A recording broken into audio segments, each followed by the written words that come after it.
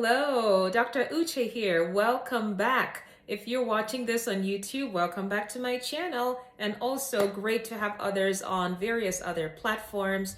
I come here to discuss tips and suggestions to help people write their autobiographies, biographies, memoirs, and I do often review fiction as well, book reviews and children's book read aloud sessions, because I believe in the power of stories to enrich our lives and to showcase our common humanity. Today, I have a fabulous little continuation of a little piece I presented some weeks ago. I had talked about people for whom the thought of writing a whole biography may be overwhelming and perhaps don't have the time to write such a comprehensive piece of work. So before we do that though, if you're on YouTube, please go ahead and hit subscribe and also share freely with your friends and family. Hit the notification bell and that way you'll know when I upload new videos. All right, so today I'm carrying on with the theme of not being discouraged if you think that writing the whole autobiography is too much for you. Because we only have 24 hours in a day and it might seem overwhelming, and correctly so. Well, what if you don't want to write a whole account in chronological order? I want to talk about aspects of your life that would make for good and interesting reading, even if not a full biography. The first thing to think about is that you could talk about your ancestors, as you know, because 3-4 generations down, people may not remember as much as you remember. My father remembers a lot about grandparents and great-grand and great-great-great-grandparents than I would have known. I never met those people, but he could prioritize writing down names if he were to write an account. My dad happens to have an autobiography, but let's just say hypothetically, if someone were writing a life story, it would be useful to write about ancestors and try to write up a family tree, the much that you remember. So that's the first thing. The second thing, if you are somebody who grew up in a different situation, and I'm not talking time-wise, like most people are 20 or 30 years older than their children, right? So already the world has changed in that time period, but if yours is particularly even more so than others, say you emigrated or your family moved to a different country, different continent, perhaps there was a war during your time, perhaps it was something quite different, then that could make for interesting reading for your children and also enriching to them to know how you grew up, because it's obviously quite different from theirs. And when you're talking about that, not only the serious aspects, but you could talk about the fun aspects. I remember my dad would always talk about high life music. I didn't grow up listening to high life, but apparently it was a thing growing up in Nigeria at some point. And he would say how he went off to some bar someday to listen to high life music and got home late, and he would talk about how that was so out of character for him. But that's something we all laugh about. My parents remember vaguely across the Atlantic, they'd heard about Elvis Presley, right? They'd heard about Miriam Makeba of South Africa, but these are not people that were their prime time wasn't in my generation, okay? They had already sort of faded. I think Elvis was dead before I was born. My time was, the peak was Michael Jackson, right? Anyone who grew up in my generation knew him. He was the second most famous thing behind Coca-Cola the world over, I'm told. So he reached overwhelming fame.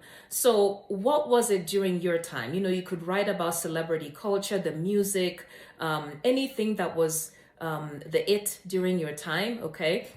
That would make for good reading. The second thing could be what was controversial. Most of us have controversial aspects, decisions we made. Did you leave one job and go to another one? Did you move from one city to another place? Did you move from one country to another place? Did you choose one partner over another? Okay, fairly controversial things that your children may want you to explain. Why did you make this decision in business, in work, in your life? church did you leave one church and go to another? You know, those would make for really good, enriching reading for your children. And then the fourth thing could be the things that blessed you and the things that hurt you, people and places, right?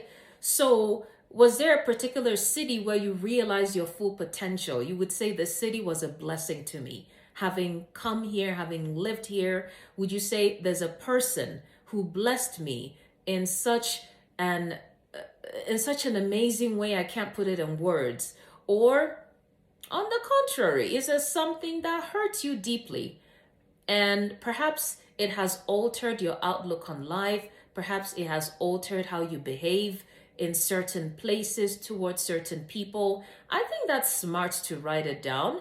I think your children should know why you behave in a certain way that is significant, right? Not subtleties. We all have subtleties. We all have things we don't like too much, but I'm talking about things that are really significant in your behavior, in your life, in your mantra, something different that you do. So I think those important people and places that blessed you or that hurt you could be very useful.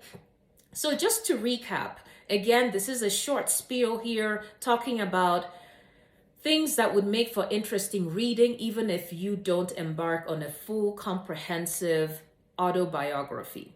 And the first thing I mentioned were writing about ancestors, people who came before you, constructing a family tree. Okay, that's the first thing. Second thing, things that were different during your time, be it place, be it culture, be it celebrity culture, be it music, be it a war, something that was different that your children and grandchildren are not experiencing would make for interesting reading. The third, things that were controversial in your life, decisions you made, places you went to, and so on and so forth. So sort of controversial things you made that do not seem immediately to make sense when somebody thinks about it, that need explaining, okay? Those would be important. And the fourth thing are important people and places that blessed you or that hurt you, because that is life. We all have both sides of the coin, right?